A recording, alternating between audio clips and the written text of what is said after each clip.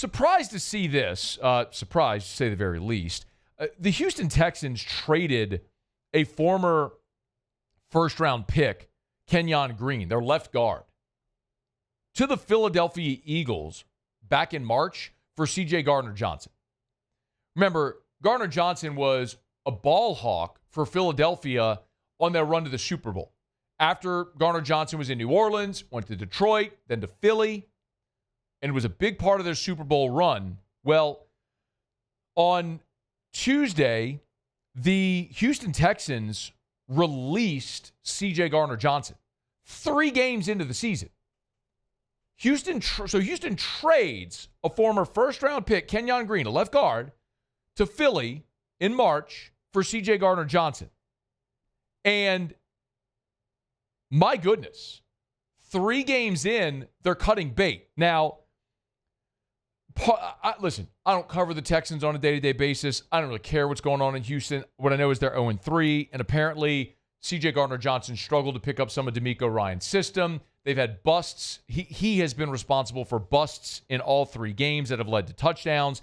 And what's really rubbed a lot of teammates wrong, apparently, is that he's been finger-pointing instead of taking ownership for his mistakes. And so 3 games into this season, the Texans say, no Moss, cut bait, get him out of here. Ian Rappaport was on the Insiders on the NFL Network and gave a little insight here.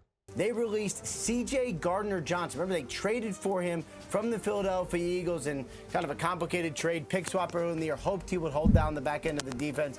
Best thing I can say, Tom, this relationship ran its course as it always seems to with CJ GJ. The Texans moved on earlier today. I mean, to say the relationship has run its course after 3 games is astonishing. And I know I've been hit a little bit today with Saints fans asking, should New Orleans pursue Chauncey Gardner-Johnson and bring him back to the Saints? In a simple, plain, as plainly as I can put this, no. Absolutely not. Now listen, I loved the Chauncey Gardner-Johnson draft pick when the Saints took him out of Florida. And we talked about it then, and I've repeated it so many times throughout his NFL career. Chauncey Gardner-Johnson is the guy that you hate when he's on the other team and you love when he's on your team. I mean, he once pissed off Michael Thomas so much that Thomas slugged him at practice. Now, Thomas is also a jerk, but he was still incited. That's what Chauncey Gardner-Johnson is. He's a gnat. He's a nuisance. And he gets under people's skin. You love it when he's on your team, unless and until things are going badly and it becomes a negative thing internally, which clearly that's what was happening in Houston, and they said enough. DeMeco Ryans is valuing culture in his locker room more than what could be a good player, even one that they traded a valuable asset for just a few months ago. They recognized it was going badly. They cut bait. Okay. When I look at New Orleans, this is very simple. Now, Chauncey Gardner-Johnson, right, he was released. So he's a free agent. He's free to sign with whoever he wants. First of all, ain't no way in hell he's signing with the New Orleans Saints. Saints are 0-3, and they're going nowhere fast. That's a guy that just played in Philly for a Super Bowl. The Eagles would be stupid not to re-sign him. They win. They have good culture. He fit in there last year, was a really good player, knows their defense. Everybody knows the story. The Eagles should be the most obvious choice here. But I also understand why, if you're a Saints fan, you're asking the questions, because this is a guy you drafted. But this is also a guy that you chose to ship away, despite the value you got in a day 2 pick who became a starter for you. A day 3 pick who became a starter for you, and a very good one. And right now, the reality is Chauncey Gardner-Johnson on the New Orleans Saints doesn't affect your win total one lick. You don't win one more game with Chauncey Gardner-Johnson than you would without him. So I have to ask the question, am I more interested in seeing a young guy like Jonas Sanker get reps and continue to develop, or bringing in Chauncey Gardner-Johnson, who might make you a little bit better on the back end, but not really going to affect your win total? Give me Jonas Sanker.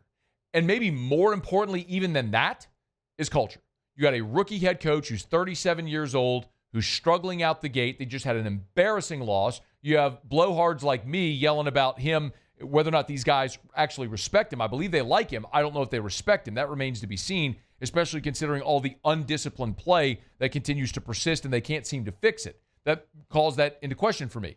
And I'm sure a lot of other people as well. Do you really want to introduce Chauncey Gardner-Johnson, that element, that variable, into your locker room where he may do the same things in New Orleans that clearly he was doing in Houston that had them pissed off during an 0-3 start that caused them to cut him, despite the fact that they sent a former first-round pick to Philly to get him back in March? No. No. If this was a situation where New Orleans was a contender and you felt like, man, that's the one little missing piece, you really need someone who can get you some turnovers in the secondary, I'd go in a heartbeat. I'll take the risk because you got good veteran players, good culture. You don't have that. You don't have established culture within the organization right now under Kellen Moore. You're not a good team. You're not competing for anything of significance. I'd rather see a young guy like Sanker get those reps. I understand asking the question because if you're doing your job, meaning the front office, you should ask that question about every player at every position. Can that person make my team better? But that is a layered, nuanced question for the New Orleans Saints right now. And the answer with Chauncey Gardner-Johnson is absolutely, positively, undeniably a big fat no. That ship has sailed, and if he's smart, he'll end up back in Philadelphia. All right, it's after further review. We'll knock out a quick break and go around the SEC. It's AFR. AFR. GLO, glowresources.com.